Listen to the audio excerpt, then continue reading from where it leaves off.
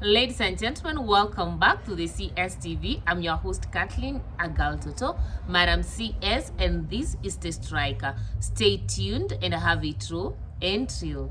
In The Striker today, we are going to look at the 2027 mega coalition that will be running against President Ruto with the aim of unseating him. And this coalition definitely will succeed, actually, in dethroning President Ruto, thus making him a one-term president. But before we dive into this particular mega coalition, if you are new to this particular channel, kindly subscribe, like, share, comment, and comment on our videos, and kindly turn on the notification bell so that the next time we are uploading a video, YouTube will automatically notify you. If you are a returning subscriber, thank you for tuning in. Thank you for your support. Remember to like, share, and comment on our video. Now, as the country is right now, actually, it's like we are on a campaign mode. Literally, it's like after the 2022 general elections, we just entered into another period of campaigning for 2027. And what we see around with our politicians is, they are talking about, who is Mbabe and who is not. But the impeachment of Rigathi Gachagua made these campaigns even more worse. Now, political leaders, including the president himself, actually, when he's addressing people outside there, is actually doing it as if he's in a campaign mode for 2027. Now, we have seen so many people coming out to say that actually in 2027 they will be running for presidency. We have Omtata, Maraga, Carozol, Malta. They are saying actually there is Kebaso Morara. All these people want to run for the presidency in 2027. Again, there is also information that Ndini Nyoro and the Papu Owino are also planning a presidential ticket in 2027. So what we are actually running out of this, or what I have picked from all these bits actually, is that all these people have the desire to rule this particular country. However, if they vie all of them for that presidency, the truth of the matter is that they are not likely to win against President Ruto. And this is why, from where I stand, I feel that this group of opposition, or these people who are opposing the Kenya Kwanza government, should come together and form a coalition. And this coalition, I'm looking at people like Kalonzo Musyoka, Martha Karua, Eugene Wamalwa, Natembeya, Maraga, Rigathi Gachagua, Babu Owino, Ndindi Nyoro, Omtata, and Uhuru Muigai Kenyatta from the mountain to come together, and they pack up one candidate. People are saying, Kalonzo Musyoka is not likely to accept to support somebody else. But the truth of the matter is said, if Kalonzo Musyoka today stood for presidency in this particular country, is not likely to gather those votes, because in the past he has demonstrated that he doesn't have a political stand. Today he says this, tomorrow he says the other one. So I don't think that he has that trust for Kenyans that actually he can vie for presidency, and they give him that particular opportunity. Martha Karua is one woman who has been consistent in Kenya's political space, even when he agreed to work with Baba, and Baba went contrary to against what Azimio stood for. He moved out. She moved out. I think she was among the first political parties to pull out of Azimio coalition. But as you all know, Martha Karua faces a lot of gender stereotyping in this particular country. And in as much as we are saying that we have women empowerment, and in as much as we are saying, women, it's their time to read, I don't think if Mother Karua stood for presidency, the men in this country are going to vote for him. Actually, not even from his own backyard. But if he stood as a deputy president, they are likely to get a packing, especially after she has demonstrated that she's always consistent and she stands for what she feels is right to do. So this leaves us with Okiya Omtatah and Maraga and Murara. When I look at Murara, is a very young person, and he has the energy, you know.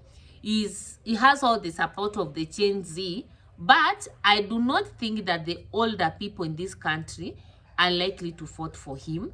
They are talking about things to do with political experience. If he's given the presidency of this country, what is he going to do with it?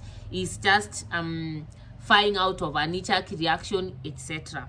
So I also think Kebaso Murara could best serve as a CS in this country for the first time. Then after he has seen and known how the country is run from the government that is going to serve, then maybe in 2032 he can run for the presidency. So that removes Kebaso, and the next person who is remaining is Matiang'i and Omtatah. These two, actually, any of the two can be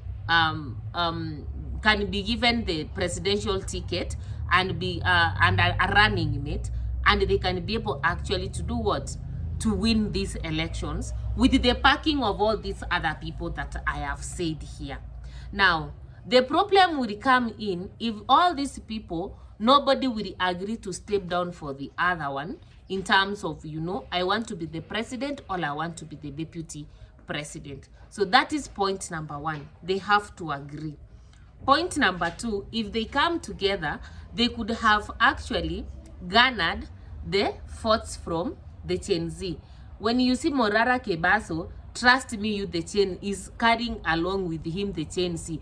The groups that actually Joho is abusing that there is online, that is the group that actually they are inciting, and that group actually is likely to support Morara and Babu Wino and Ndindi Nyoro, because they are the youngsters. So when they stand there, they represent the young people, and they can be able to speak to the young people in the language the young people understand, and even, you know what, convince them to take votes and, you know, to register as voters and have their national IDs and prepare for the 2027 elections.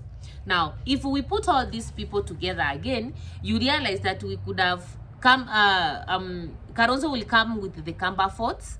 From the mountain, Uhuru Muigai Kenyatta, if he's going to tell the people of the mountain, follow to the west, that's where they are going to follow, because in 2022 he advised them. They did not listen. Now they have known better. I don't think that he will advise them again and they fail to listen. So from the mountain, Rigathi Gachagua, Martha Karua, and Uhuru Kenyatta will bring all those votes from the mountain to the opposition. Number three, from Western Kenya, Natembeya and Eugene Wamalwa actually will give us elections from the Trans Nzoia, from the western part of Kenya. One could say that Wetangula will bring votes from Bungoma. We are not so sure whether Wetangula and Ruto will be together in 2027, because there have been rumors that they want to dethrone Wetangula from his position as the Speaker of the National Assembly.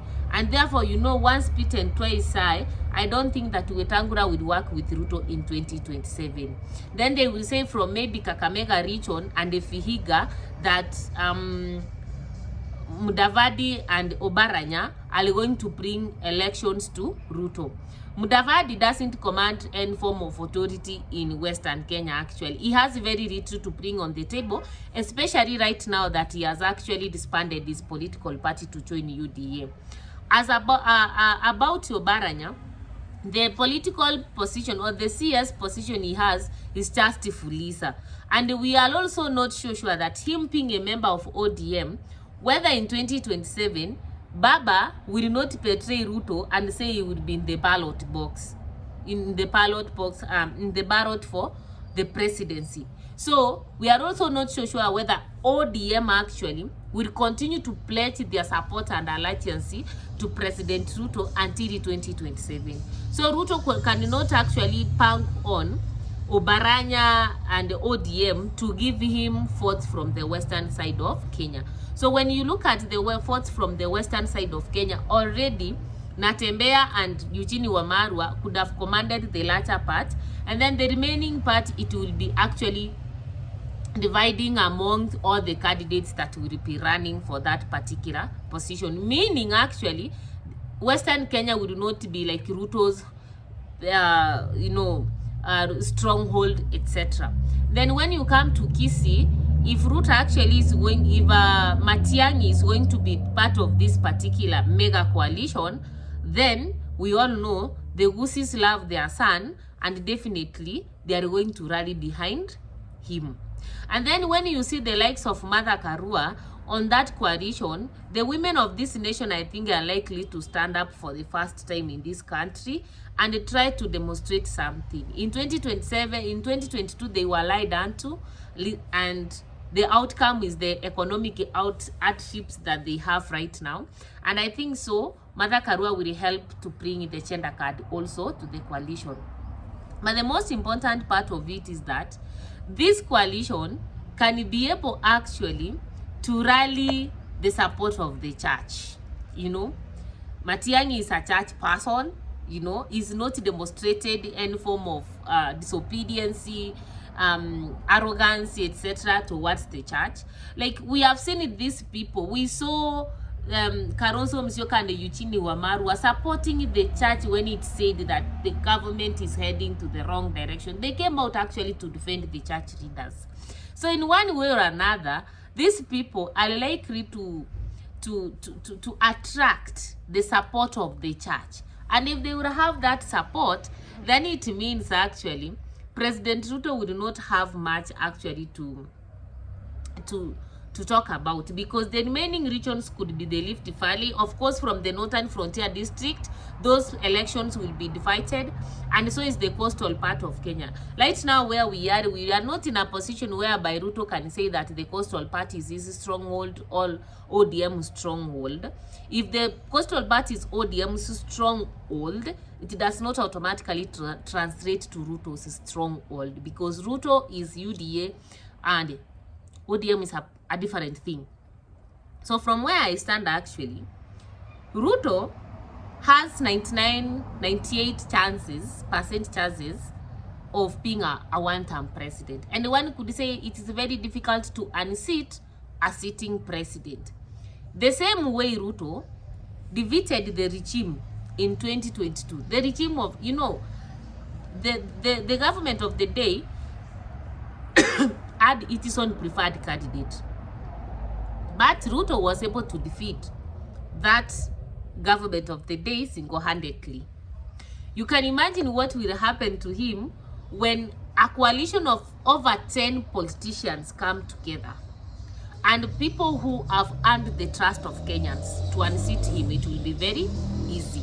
So from where I stand, this mega coalition, I don't know what they would call it, but this mega coalition, it will be the only coalition that will handle Ruto and send him home. Otherwise, all these people saying they will run for presidency, if they make a mistake and enter the ballot, all of them, truth be told, Ruto will win very early in the morning. Those are my opinions. I don't know your opinions. Kindly comment on the comment section below and like, share. If you have not subscribed, kindly check, subscribe. Good, and see you next time for another interesting video. Bye-bye.